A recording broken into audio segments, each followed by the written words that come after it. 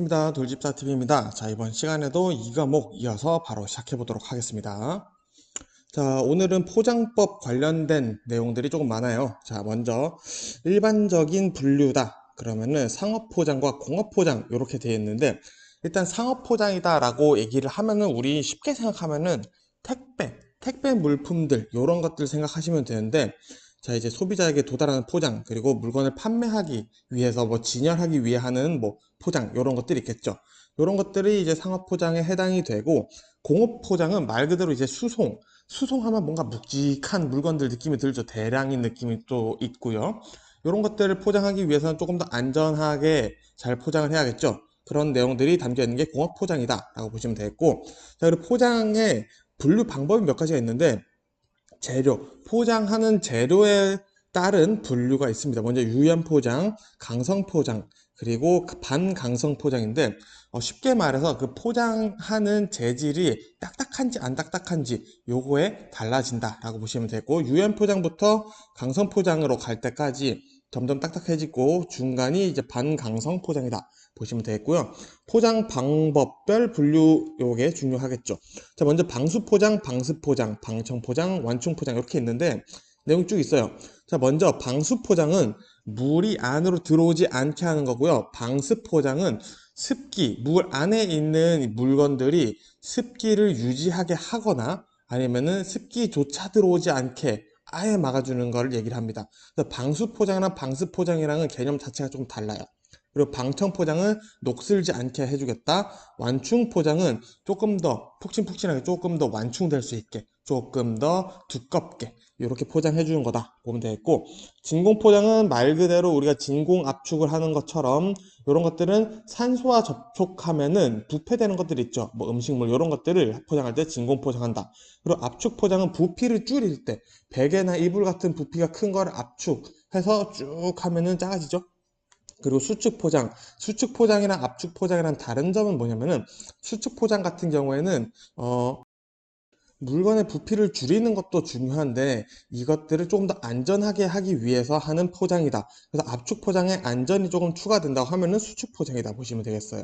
자, 그리고 포장의 기본적인 기능, 이 포장들을 왜 하냐? 먼저 물건을 보호하기 위해서, 그리고 표시, 이게 어떤 물건인지, 그리고 상품성을 위해서, 그리고 포장을 하게 되면은 부피가 줄고 하면 안 편리하겠죠? 그렇게 하다 보면은 공간의 효율성도 늘어날 것이고요. 그리고 포장을 이쁘게 잘 하면은 판매가 더 잘 될 확률이 높아지겠죠. 자, 그리고 화인이라고 나옵니다. 쉬핑 마크라고 하는데 이 내용들 한번 읽어볼게요. 자, 매수인의 사용 편의 및 선적 서류와 물품과의 대조에 편의를 준다. 요게 시험 문제에 나오고 있어요. 자, 그래서 이 화인이라는 게 부정확하면은 통관 시 문제가 생겨요. 그리고 화인이 부정확하게 되면은 하역차고, 인도차고, 불착이 발생하게 됩니다. 그래서 이 화인이라는 건 기본적으로 이 화물에서도 항운 이런 데서 많이 사용이 되고 있다. 그리고 통관에서 많이 사용이 되고 있는 개념이다. 요 정도만 잡아두시면 되고요. 그리고 이 화인에는 네 가지 표시가 있는데, 주표시, 회사의 상호가 들어가는 게 주표시, 수량 표시는 요게 몇 개다라는 게 아니라 포장을 했는데 이 포장이 몇 개 중에 몇 개다, 10개 중에 두 번째 포장한 거예요 라고 얘기하는 게 수량 표시입니다. 헷갈리시면 안 되고, 주의 표시는 말 그대로 이 화물을 운송하거나 보관을 할 때 어떤 점들을 주의해야 되는지 적어져 있습니다. 그리고 목적지 표시는 말 그대로 독착지명, 그리고 경유지도 있을 수 있겠죠. 그래서 헷갈리지 않게 하기 위해서 도착지명을 크게 하고 경유지를 작게 쓴다 라는 거, 요거 정도 시험에 나오고 있으니까 알아두시면 되고요. 그리고 포장 방법 중에 여러 가지가 또 있는데, 이제 골판지로 우리가 포장하는 방법이 있는데 장점 뭘까요? 자, 먼저 대량 주문 처리하기가 용이합니다.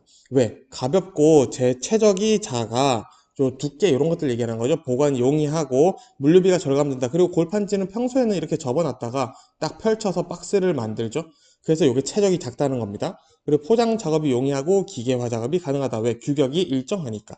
그리고 대량 생산품 포장이 용이하다. 자, 그럼 나무 상자의 특징은 뭘까요? 재료 확보가 용이하고 조립이 쉽다.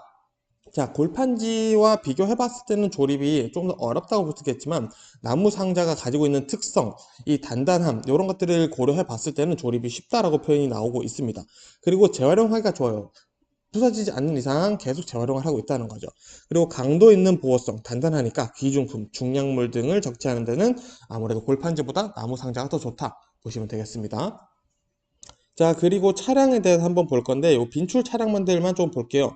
자, 먼저 카고 트럭. 하대에 간단히 접을 수 있는 문짝을 단 차량이다. 요거는 그대로 외워주시면 되겠습니다. 똑같이 나오고 있어요. 그리고 전용 특장차. 우리 특장차 하면은 어떤 것들이 있었죠? 뭐 예를 들어서 고가 사다리 이런 것들이 있었죠. 그래서 적재함 자체를 특수한 화물에 적합하도록 구조를 갖추거나, 그러니까 A라는 화물을 싣기 위해서 최적화된 규격을 만든 거죠. 그래서 이 측장차는 A라는 화물밖에 못 싣는 거예요. 그리고 특수한 작업, 뭐 고가 사다리 높은 곳 올라갈 때 가능하도록 기계 장치를 부착한 차량 이런 것들이 있겠죠. 뭐 트럭에 뭐 굴삭기 관련된 장비를 단다거나 이런 것들이 전용 특장차고요. 시스템 차량은 트레일러 방식의 소형 트랙이에요. 자, 이제 트레일러라고 하면 우리 앞에 트랙터가 있고 트레일러 이렇게 있죠. 자, 요거를 달 수 있는 작은 트럭이다. 큰 트럭은 시스템 차량이라 부르지 않아요. 그리고 덤프 트럭은 말 그대로 적재함 높이 이렇게 있는데 평소 이게 위쪽으로 올라가니까 그림을 좀 못 그리는데 화물 흙 같은 것들이 이렇게 우르르 쏟아지는 거죠. 자, 요거를 우리 덤프 트럭. 보통 우리 볼보 차량을 덤프 트럭이라고 많이 부르죠. 자, 그리고 자, 우리 요 내용 어디서 봤었죠? 자, 지난 시간에 공부했었어요. 자, 갑자기 하나 복습해 보도록 하겠습니다. 자, 우리 이사화물에 대한 내용 했었습니다. 사업자 책임인지 고객 책임인지 중요하다고 했었죠. 자, 먼저 사업자 책임으로 인수일 2일 전에 해제 통지했다. 계약금의 배 2배. 인수일 하루 전에 통지했다. 계약금 4배. 그리고 당일에 해제했다. 6배. 당일에 해제 통지도 안 하고 잠수를 탔다. 나중에 걸리면 10배다. 자, 고객의 과실로 이사 환불을 해제했다. 요거는 조금 더 사업자보다는 경감됩니다. 그래서 하루 전에 했다. 계약금만 돌려주면 되고 인수일 당일에 못하겠다고 했다. 계약금의 2배 돌려주면 된다. 내용 기억하시죠? 자, 저 한번 짚어보고 그리고 화물 이제 적재 작업할 때 어떤 식으로 해야 되는지 자, 요거는 우리가 그냥 이해하시면 돼요. 자, 우리 볼트처럼 막 조금 하는 것들 있죠? 너트 이런 거. 우리 박스에 포장을 하면 너무 좋겠는데, 이런 작은 것들, 박스에 포장하는 이유가 있겠죠? 왜 하나만 개별로 포장할 수가 없죠? 이런 벌크 물건들 같은 거는. 그래서 벌크 같은 경우는 상자에 따로 다시 적재를 해야 된다? 보시면 되겠고, 자, 작업 전에 적재한 바닥이나 바닥에 부식되거나 고장난 부서진 곳은 없는지, 그리고 혹시 낙하물이 생길 이유는 없을지, 이런 것들도 다 확인 당연히 해야겠죠? 그리고 화물 결박 중요하겠죠? 그래서 신경 써서 작업한다. 그리고 적재함 난간에 적재해서는 안 된다. 죄송합니다. 자, 요거는 무슨 말이면 우리가 적재함 난간에 서서 적재를 하면 안 된다는 겁니다. 사람이 떨어질 수도 있고. 그래서 기본적으로 내용들이 요거는 읽어봤을 때 조금이라도 위험할 것 같다. 라고 하면은 실제로 현장 가서는 그렇다 하다 한더라도 그래서는 안 된다는 거 여러분 꼭 알아두시면 되고요. 자, 그리고 밧줄 결박 시 밧줄이 끊어질 것을 대비해 안전한 자세를 취한다. 자, 내가 이렇게 막 힘줘서 쭉쭉 당겨가지고 밧줄로 결박을 하고 있는데 밧줄이 딱 끊어지면 뒤로 넘어져 버리겠죠. 그렇기 때문에 그래도 괜찮을 만한 자세를 취해서 결박을 한다. 그리고 운반하는 물건이 시야를 가리면 안 되겠죠. 당연하겠죠. 그리고 적재 후 밴딩 끈을 사용하여 결박할 때 결박 시 견고하게 묶였는지 항상 점검해야 된다. 그리고 컨베이어 벨트 위에 올라가서 작업을 해서는 안 되겠죠. 이거는 쉽게 우리가 이해해 볼 수 있는 부분이고요. 자, 그리고 마지막으로 수작업과 기계작업의 차이 볼 건데 말 그대로 수작업은 우리가 사람이 직접 하는 거죠. 기계작업은 기계가 뭐 이제 알아서 해주는 거죠. 자, 그래서 보면 사람이 하는 이유는 먼저 두뇌 작업이 필요한 경우에요. 분류나 판독, 검사, 검토 이런 것들을 할 때 사람이 직접 보면서 검수표를 보면서 체크를 하는 거고요. 자, 일정하지 않은 시간 간격으로 진행되는 소량 취급의 작업입니다. 자, 물건이 몇 개 없어요. 근데 이게 막 오늘 2개 했다가 내일 3개 했다가 그 다음날 1개 했다 이런 식이에요. 그러면은 기계한테 굳이 맡기는 것보다 사람이 하는 게 더 효율적이라는 거죠. 그리고 물품이 경량인 경우 가볍거나 물품의 크기가 일정하지 않아요. 일정하지 않다 보니까 기계에 넣었더니 막 기계가 아직 분류를 잘 못하는 거예요. 그런 경우에는 가볍기도 하니까 사람이 직접 하는 게 더 효율적이다. 자, 그러면 기계 작업은 반대로 외워주시면 됩니다. 수작업이 아닌 거는 다 기계 작업을 하는 거예요. 자, 두뇌 작업이 필요하지 않고 단순한 경우라면 사람이 할 필요가 없이 그냥 기계한테 맡기면 되겠죠. 자, 그리고 표준화되어 있어요.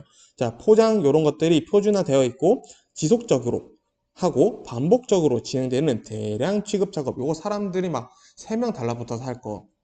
기계 한 대 있으면 할 수 있는 것들이 있죠. 왜 기계는 24시간 돌아갈 수도 있겠죠. 그럼 기계만 관리하는 사람 1명만 있으면은 할 수 있다라는 겁니다. 자, 그리고 물품이 중량이거나 그리고 막 사람이 운반하기 힘든 정도의 무게를 가지고 있어요. 그러면은 사람이 하면 안 되겠죠. 그리고 물품의 크기 등이 일정한 경우에는 그냥 기계에 딱 맞는 규격에 포장을 해가지고 기계한테 그냥 맡겨버리면은 기계가 알아서 작업을 다 해주겠다라는 겁니다. 그래서 이 수작업과 기계 작업의 차이는 기본적으로 어느 게 더 효율이 있냐라는 거고, 딱 봤을 때 수작업을 하나 내가 딱 해서 외워야겠다 하시면은 기계 작업 굳이 외우실 필요 없고, 수작업과 반대되는 개념들을 가지고 있는 것은 기계 작업이다, 이렇게 외우면은 다 따라올 거라서 두 개 다 같이 외우지 않으셨으면 좋겠고, 외운다면 둘 중에 하나 더 외우기 편한 것만 외워서 반대 개념을 가지고 있는 것이 저것이다 라고 외워주시는 게 더 효율적인 공부 방법이라 생각이 듭니다. 자, 그래서 일단 이 과목 두 번째 영상 여기서 마무리하고 저는 또 다음 영상으로 인사드리도록 하겠습니다. 고생 많으셨습니다.